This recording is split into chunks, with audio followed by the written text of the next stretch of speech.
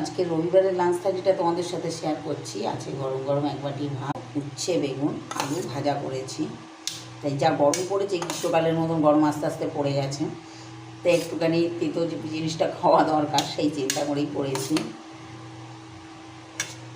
এটা পেঁয়াজ দিয়ে আমি ভেজেছি। রবিবার মানে এরকম আলু দেওয়া লাল লাল মেথি চিকেন করেছি, তো সেটাই নিয়ে নিচ্ছি। মেথি চিকেন একটু ঝোল ঝোল করেছি, কেননা ভাত দিয়ে মেখে খেতে সবাই আমাদের বাড়িতে ঝোলটাই পছন্দ করে। কারো কারো ঝোল গ্রেভি গ্রেভি করেছি একটু, সেটাই নিয়ে নিচ্ছি। তো আলু দিয়ে কিন্তু মেথি চিকেন করে অবশ্যই কমেন্ট করে জানাবে। আমি মাঝে মাঝে আলু ছাড়া করি, মাঝে মাঝে আলু দিয়েই করি। তো দেখো আছে কয়েক টুকরো শসা আর কয়েক টুকরো পেঁয়াজ।